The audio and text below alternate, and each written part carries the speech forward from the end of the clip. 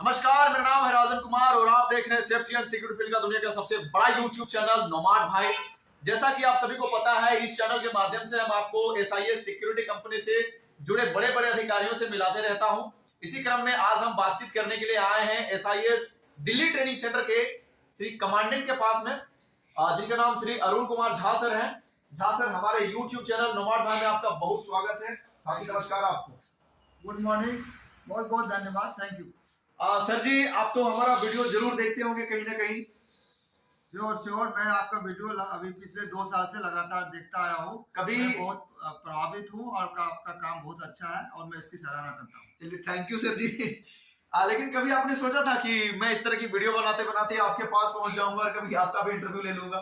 हर एक इंसान जो अच्छा मेहनत करता है और अपने आप पर कॉन्फिडेंस रखता है और अपने बिजनेस पे, अपने प्रोफेशन पे लगाव रखता है, उससे मैं उम्मीद करता हूं कि वो जरूर आगे बढ़ेगा, फलेगा, फूलेगा और हमसे भी मुलाकात होगी, क्योंकि हम लोग दोनों एक ही बिजनेस में और एक ही कंपनी से है। तो मैं पूरी उम्मीद थी कि हमारे से भी आपकी मुलाकात एक दिन जरूर होगी। चलिए, थैंक यू सर जी। सबसे पहले आप अपने पद और अपने काम के बारे में बताएं कि दिल्ली ट्रेनिंग सेंटर हेड के रूप में, एक कमांडेंट के रूप में आप क्या काम करते हैं और इस काम को करने में क्या क्या चैलेंजेस आपको फेस करने पड़ते हैं। देखिए, as a Delhi training centre SIS का जो है, इसके लिए जो है इसको हमें काम ये करना पड़ता है कि ये ट्रेनिंग सेंटर जो है बच्चों की ट्रेनिंग देता है। सुरक्षा गार्ड की, सुपरवाइजर की ट्रेनिंग होती है यहाँ पे। तो इसका सबसे बड़ा उद्देश्य ये होता है कि ज्यादा से ज्यादा लोग हमारे काम को जाने, समझे और ये जो रिसोर्स है SIS का, इसका पूरा उपयोग करें। इसके लिए क्या होता है कि हम कोशिश करते हैं कि जो हमारा रिसोर्स है, हमारा सबसे इम्पोर्टेंट रिसोर्स होता है हमारे रिक्रूटर्स। अच्छा। जो अभी हमारे पास अभी 7 हैं। अच्छा। और ये 7 रिक्रूटर को जो है हम इस तरह से उपयोग करें, यूटिलाइज करें इनको इस तरह से कि ताकि जो है कम से कम महीने में 200 जो प्रशिक्षु है वो यहाँ पे रिपोर्ट करें और उनका पूरा ट्रेनिंग यहाँ पे प्रॉपर ढंग से हो। अच्छा। इसके लिए हम जो अपने रिक्रूटमेंट ऑफिसरों को अपने एरिया में विभक्त करके भेजते हैं। जैसे कि अभी हमारा जो रिक्रूटर्स है वो 3 जगह जो है रिक्रूटमेंट कैंप लगा रहा है। पहला जो है धौलपुर में है, आप देखिए वहाँ पे कैंप है। दूसरा हमारा आगरा में है और तीसरा मथुरा में। 3 कैंप जो है अभी लगातार चल रहे हैं। अच्छा। जिसमें हमारे रिक्रूटमेंट अफसर जो है वहाँ जाके अपना कार्रवाई कर रहे हैं। रिक्रूटमेंट कार्रवाई में जो है हमारा काम होता है सबसे पहले जाके डिस्ट्रिक्ट अथॉरिटी से, जो बड़े अधिकारी डिस्ट्रिक्ट में बैठते हैं, उनको कन्विंस करके हम जो है रजिस्ट्रेशन कैंप के लिए परमिशन लेते हैं। जैसे कि डिस्ट्रिक्ट में आपको DM बैठता है, CDO बैठता है, DDO बैठता है, DEO बैठता है, SP बैठते हैं। इन सारे बड़े अधिकारियों, CEO बैठता है। इन सारे बड़े अधिकारियों से जाके लेते हैं। हमारे रिक्रूटर जाके अपना कंपनी के बारे में जानकारी देके कैंप रजिस्ट्रेशन के लिए परमिशन लेते। अच्छा। परमिशन मिलने के बाद वो उस एरिया में जाते हैं, उन ब्लॉकों में, उन स्कूलों में जाके उस एरिया में अपना जो है कंपनी के बारे में प्रचार करते। अच्छा। 1 सप्ताह प्रचार करने के बाद कैंप की नियत डेट पे 10 से 4 बजे तक वहाँ पे कैंप लगता है। अच्छा। जिसमें हम लोग जो है रजिस्ट्रेशन करते हैं। रजिस्ट्रेशन में जो है पात्रता जो है वो अपना जो हमारा जो देश का नागरिक होना चाहिए और वो उसकी जो पढ़ाई है वो 10वीं पास होनी चाहिए। अच्छा। 10वीं पास होना बहुत जरूरी है। 10वीं पास अगर वो नहीं है तो वो सिक्योरिटी गार्ड का कार्रवाई ठीक ढंग से नहीं कर पाए। अच्छा। इसलिए उसका 10वीं पास होना चाहिए। अच्छा, मैंने सुना है कि 10वीं फेल लोग भी सिक्योरिटी गार्ड बन सकते हैं। देखिए, उसमें 10वीं फेल को भी हम बना सकते हैं, लेकिन उसको हम लोग देखते हैं कि वो जो है ठीक ढंग से पढ़ाई लिखाई कर रहा है कि नहीं किया हुआ है कि नहीं किया हुआ है। यानी कि जैसे कोई अगर आप उसको लिखना पढ़ना बोलना आना चाहिए और उसके पास सर्टिफिकेट होना चाहिए 10वीं फेल का भी। अच्छा। तो जो कि बोर्ड से आपको मिला हो, ये अगर उसके पास है तो वो अप्लाई कर सकता है। बहुत सारे लोग सोचते होंगे कि जो 10वीं पास हैं वही सिक्योरिटी गार्ड बन सकते हैं, लेकिन सर के द्वारा एक बढ़िया इंफॉर्मेशन दिया गया कि जो लोग मैट्रिक में फेल भी हो गए हैं, उनके पास मैट्रिक का सर्टिफिकेट है और उसके अंदर नॉलेज है, बेसिक नॉलेज, वो लिखना पढ़ना बोलना आता है उनको, तो वो भी SIS सिक्योरिटी कंपनी में सिक्योरिटी गार्ड के पद पर भर्ती हो सकते हैं। सर, ये तो हुआ एक सिक्योरिटी गार्ड के भर्ती होने का पूर्ण प्रोसेस। जी। आप थोड़ा अपने बारे में बताएं कि आप एसआईएस में कैसे भर्ती हुए थे, कब भर्ती हुए, आपके एसआईएस में अभी तक कितने साल हो गए हैं और इन सालों में क्या क्या अनुभव हुए आपको? एसआईएस में देखिए, इसमें जो है एसआईएस में भर्ती का 3 प्रक्रिया होता है। अच्छा। एक तो होता है सुरक्षा गार्ड का। हाँ। सुरक्षा गार्ड जो है, आप देखे ही हो कि हम लोग जो है डिस्ट्रिक्ट लेवल पर जाके कैंप लगाते हैं। हाँ, बिल्कुल। और वहाँ पे हम भर्ती करते हैं। दूसरा लेवल होता है सुपरवाइजर का। अच्छा। जो कैंप के माध्यम से भी होता है और डायरेक्ट ट्रेनिंग सेंटर में भी सुरक्षा गार्ड सुपरवाइजर आके यहाँ पे भर्ती। अच्छा, सुपरवाइजर कैसे बन सकते हैं, उसमें क्या क्राइटेरिया होना चाहिए? मैं बता रहा हूँ, देखिए हमारे अभी ऑल इंडिया में 22 ट्रेनिंग सेंटर है। अच्छा। 22 ट्रेनिंग सेंटर का मतलब है कि हर एक स्टेट में कम से कम एक हमारा जो है ट्रेनिंग सेंटर है, प्रशिक्षण केंद्र है। उसमें जो है गार्ड सुपरवाइजर की ओपनिंग हमेशा होती है, क्योंकि वो जो है ट्रेनिंग सेंटर है और उसका काम है कि उसको रिक्रूट करना और ट्रेनिंग देना। अभी गार्ड का ट्रेनिंग के लिए जो है 10वीं पास आवश्यक है, बेसिक। और जब वो सुपरवाइजर होगा तो सुपरवाइजर के लिए क्या होता है कि उसको इंटरमीडिएट यानी कि अच्छा, इंटर पास होना चाहिए, 10+2 पास होना जरूरी है।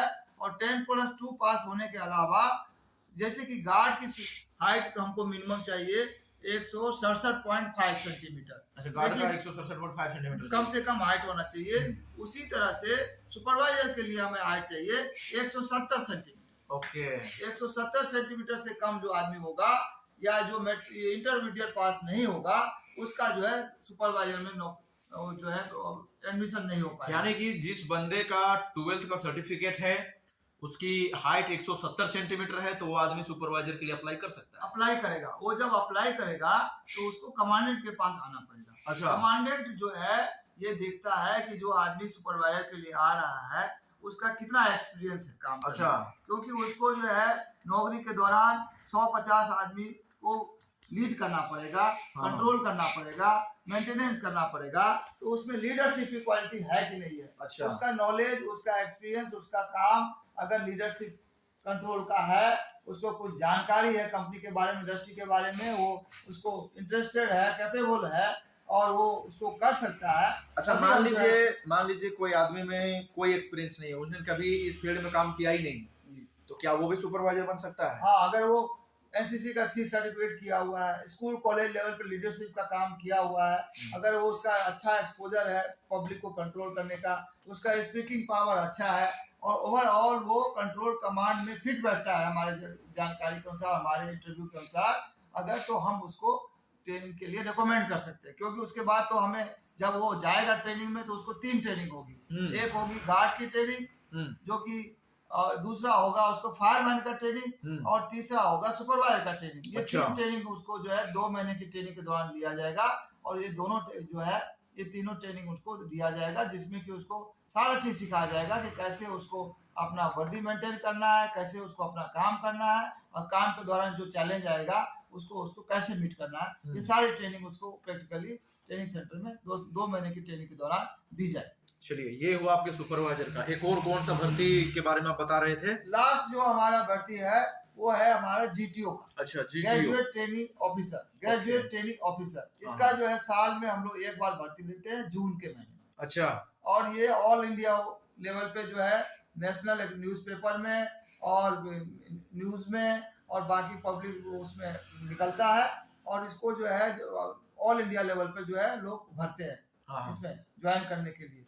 फिर उनका जो है सारे लोगों का एक नॉर्मल टेस्ट होता है। अच्छा। जनरल टेस्ट होता है जो कि आपको ऑब्जेक्टिव वस्तुनिष्ठ प्रश्न टाइप का होता है, ऑब्जेक्टिव होता है, जिसमें कि आपको 200 मार्क्स के होते हैं क्वेश्चन और ऑब्जेक्टिव टाइप होते हैं और उनको जो है उसमें से 30% नंबर यानी 60 नंबर लाना जरूरी होता है। अच्छा। जो बच्चा जो है 200 नंबर का एग्जाम होता है, उसमें से 60 नंबर लाना जरूरी होता है। 260 मतलब 30% नंबर अगर उसका आता है वो पास तो है। हम लोग उसको क्वालिफाई करते हैं। अच्छा। एग्जाम देने के लिए।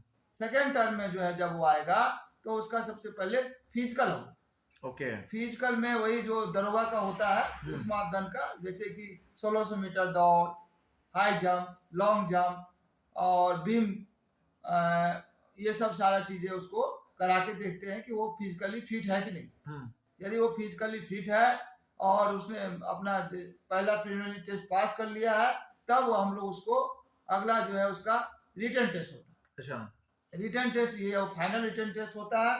इस रिटन टेस्ट के बाद जो लोग उसमें क्वालिफाई कर जाते हैं उसको हम लोग फाइनल इंटरव्यू के लिए स्क्रीन करते हैं। फाइनल इंटरव्यू जो है वो हमारा जो है कॉर्पोरेट ऑफिस में या बड़े रीजनल ऑफिसों में ऑर्गेनाइज करते हैं, जहाँ पे हमें वो कोई ऐसी व्यवस्था नहीं है। वहाँ पे ट्रेनिंग सेंटरों में भी ये होता है, जहाँ पर हमारे फौज के बड़े रैंक के जैसे कि ब्रिगेडियर हुआ, मेजर जनरल हुआ, वो हमारे यहाँ एग्जीक्यूटिव डायरेक्टर या बड़े पोस्टों पे होते हैं, उनको बुला के उनका फाइनल इंटरव्यू कराया जाता है, जो कि ये जो पूरा जो टेस्ट होता है जीटीओ का वो इंग्लिश में ही होता है शुरू से लेके लास्ट तक। अच्छा, मान लीजिए किसी आदमी को इंग्लिश नहीं आता है लेकिन वो हिंदी बहुत अच्छा लिख लेता है, बहुत अच्छा बोल लेता है, लोगों को हैंडल कर लेता है, डील कर लेता है, नॉलेज अच्छा है, सिर्फ उसके पास इंग्लिश नहीं है, तो क्या वो जीटीओ नहीं बन पाएगा? बिल्कुल बनेगा।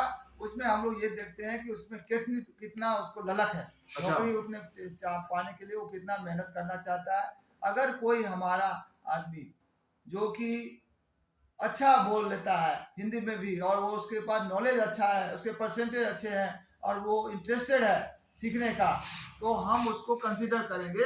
अगर उसका फिर भी अगर नहीं आता है, रिक्वायर्ड मार्क्स जो पास करने का मार्क है वो नहीं आ रहा है, तो हमारे पास कई ऑप्शन है। अगर वो जीटीओ में नहीं होगा तो उसी को जो है हम लोग जीटीएस के लिए भी सेलेक्ट करते हैं उसी में। अच्छा, अगर वो फर्स्ट नहीं आया जीटीओ में तो उसको जीटीएस के लिए जीटीएस का रैंक दे देते हैं। अगर जीटीएस में भी नहीं आ रहा है तो हम उसको फिर भी ऑफर करेंगे कि वो सुपरवाइजर का रैंक या तो वो करे। अगर सुपरवाइजर में भी वो फिट नहीं हो पा रहा है तो हम उसको फिर नीचे और भी रैंकों के लिए, जैसे हमारे पास ट्रेनिंग अफसर का रैंक, उसका भी अच्छी सैलरी है, अच्छा पैकेज है, लगभग 20,000 से हम लोग उसको शुरू करते हैं, उसका भी ऑफर करते हैं। और उसको हम लोग चाहते हैं कि अगर वो ग्रेजुएट है और इंटरेस्टेड है और वो कैपेबल है तो उसके एबिलिटी के मुताबिक उसको ऑफर करके खाली हाथ नहीं जाने देते हैं, उसको कोशिश करते हैं कि अपने आप ऑब्जर्व करने का।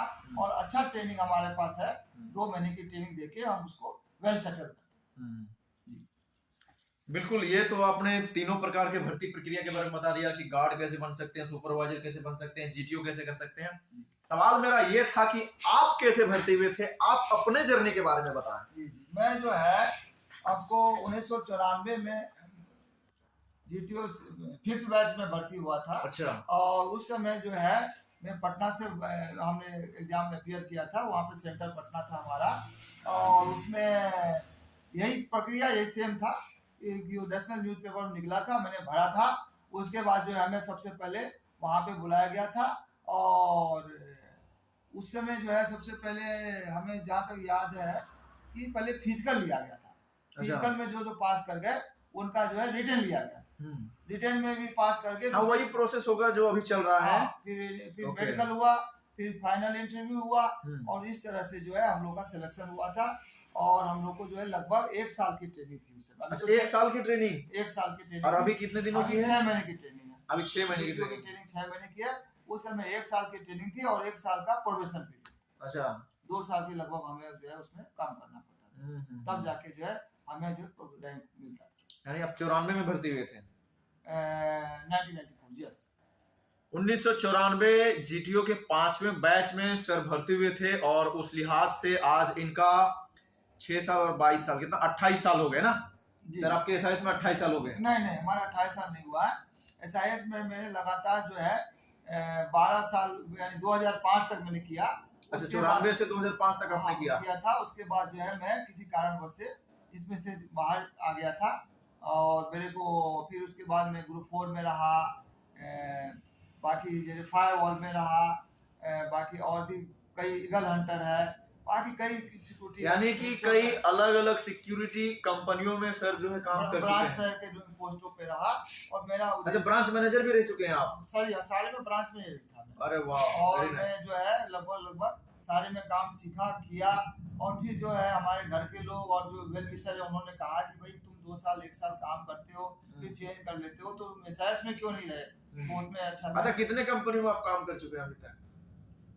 वो तो लगभग आप समझ लो कि एसआईएस के अलावा मैं 20 कंपनियों में और काम कर चुका हूं। एसआईएस के अलावा 20 कंपनियों में काम कर चुके हैं? और उसके बाद जब लोगों ने कहा कि भाई बाकी कंपनी में 2 साल 1 साल में छोड़ते हो, तो 2 साल 1 साल में छोड़ देते थे आप? हाँ, 2 साल 1 साल में। क्यों, मतलब क्यों छोड़ देते थे? क्या होता है कि आप किसी भी कंपनी में अगर ऊपर रैंक में काम करोगे, सीनियर रैंक में काम करोगे, तो एडजस्टमेंट में प्रॉब्लम आती है। अच्छा। और क्या करते हैं जो है उसके बाद जो है आपको चैलेंजिंग काम है, अगर आपका फीडबैक थोड़ा भी गड़बड़ हुआ तो फिर आपको चेंज करना पड़ता है, क्योंकि काम सीनियर अफसर लेवल पे काफी चैलेंजिंग होता है। सिक्योरिटी का काम है, इसमें जान माल की सुरक्षा का काम होता है और एरिया का, आदमी का, लाइजरी का काम होता है, तो चेंज करना पड़ता है। तो फिर लोगों ने कहा कि भाई ये चेंज कर दो, इसमें तो एसआईएस में आप कंटिन्यू थे, तो मैंने कहा कि भाई कोई बात नहीं, एसआईएस में भी मेरा रिकॉर्ड अच्छा ही है, तो मैंने फिर घर वापसी कर ली और एसआईएस में अभी 2020 में मैंने फिर कमांडेंट पोस्ट पर ज्वाइन किया है। 2020 में आपने फिर से घर वापसी करते हुए एसआईएस में आए हैं जी सर। अब 2005 में आप जॉब छोड़े थे और 2005 से 2020 के बीच में 15 सालों में आप 20 अलग अलग कंपनियों में काम कर रहे हैं।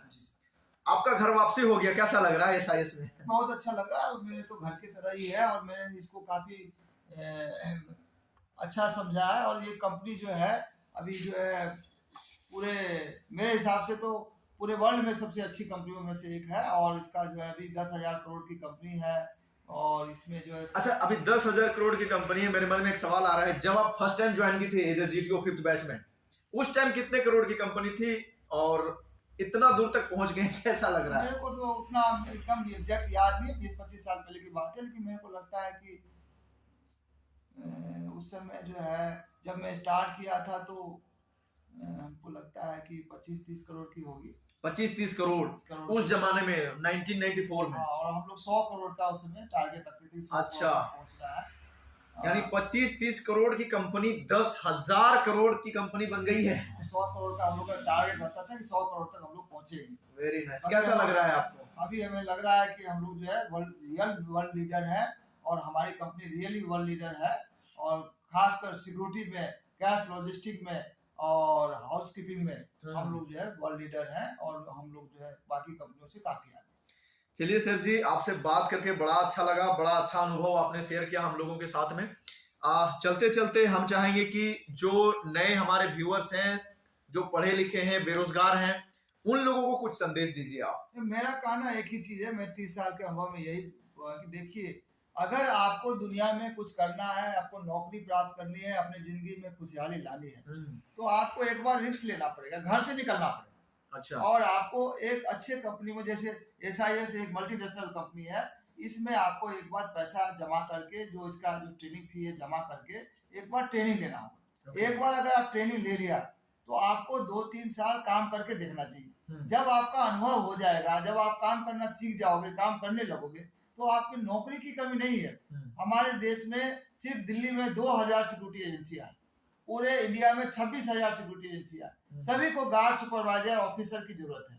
यदि आपने मेहनत लगा के, कुछ पैसा लगा के अपना स्किल डेवलप कर लिया, तो आप जिंदगी भर जो है काम कर सकते हो और आपको जो है लगातार प्रमोशन मिल सकता है। और आप 12-15 हजार से शुरू करके 50,000, 1 लाख, 2 लाख से 4 लाख, 5 लाख तक भी सैलरी प्राप्त कर सकते हो। हमारे कंपनी में अभी भी 5 लाख से ऊपर 50 से ज्यादा कर्मचारी काम कर रहे हैं। Very nice. सर जी, आपसे बात करके बड़ा अच्छा लगा, और सर के साथ हमारा बातचीत आप लोगों को कैसा लगा, कितनी जानकारियां आप लोगों को जानने को मिली, कमेंट बॉक्स में हमसे जरूर पूछें। जो भी लोग बेरोजगार हैं, पढ़े लिखे हैं और नौकरी नहीं मिल रही है, तो आप लोग जरूर एक बार एसआईएस ट्राई करें। एसआईएस आपके लिए एक बेहतर अपॉर्चुनिटी हो सकता है। आप आए, ज्वाइन करें, नौकरी करें और आगे बढ़ें। मिलते हैं आप सबसे किसी नेक्स्ट वीडियो में, तब तक के लिए जय हिंद। सर, आपको भी नमस्कार। Thank you, have a good day. Thank you sir.